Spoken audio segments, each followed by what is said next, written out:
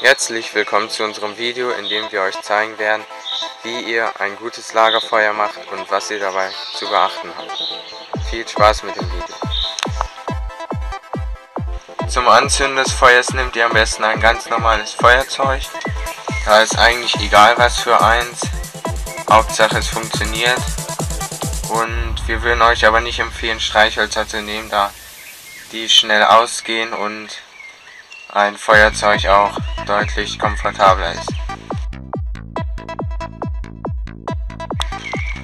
Als Brennmaterial solltet ihr am besten Laubhölzer wie zum Beispiel die Birke nehmen. Diese brennt ziemlich lange und verursacht auch wenig Rauch.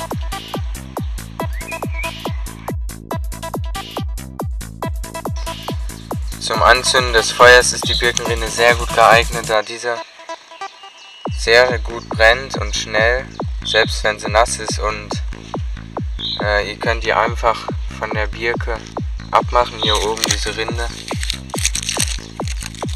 Am besten auch möglichst dünn, es brennt richtig gut und ihr werdet schon sehen, dass das besser ist als Papier, und Birke findet man auch schnell und häufig.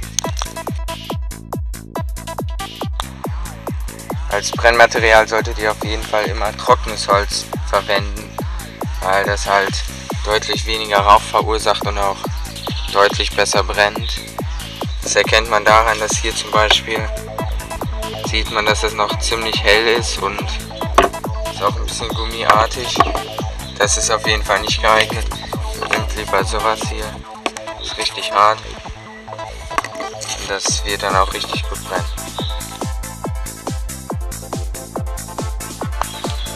Wenn ihr ein gutes Lagerfeuer machen wollt, dann solltet ihr euch schon im Vorhinein trockenes Holz parat legen, aller Größenordnung, von klein bis mittelgroß und bis ganz groß. Das kommt natürlich auch immer darauf an, wie groß ihr euer Feuer machen wollt. Also so dick wie dieser Stamm muss es jetzt nicht sein, aber ihr könnt euch auch Bretter verwenden.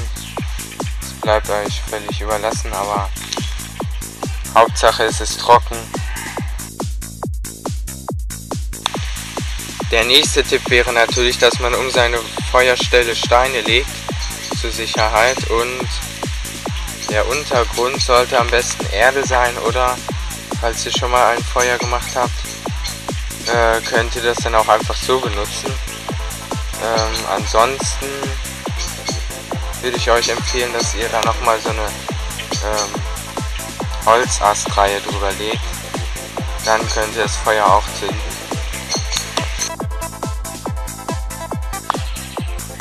Euer Lagerfeuer solltet ihr am besten pyramidenförmig aufbauen und auch viel Platz dazwischen lassen. Hier unten solltet ihr dann vielleicht auch noch ein bisschen Zunder und anderes Kleinholz beilegen. Das habe ich jetzt nicht gemacht, aber das könnt ihr euch ja denken.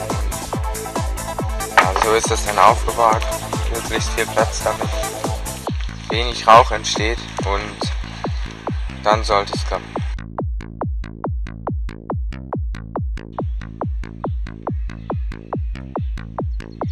Wenn ihr euer Feuer endgültig ausbekommen wollt und es nur noch am Glühen ist, würde ich euch empfehlen, da hier so einen Grasblock rauszuschneiden oder auch mehrere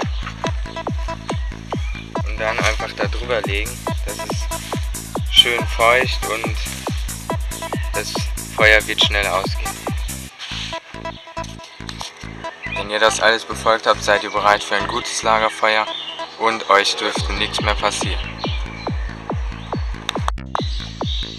So, ich hoffe, dass euch das Video gefallen hat.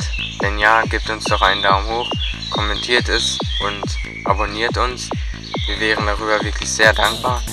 Und auch wenn ihr es nicht so gut findet, fänden wir es gut, wenn ihr uns Verbesserungsvorschläge senden könntet, die wir dann sofort umsetzen können.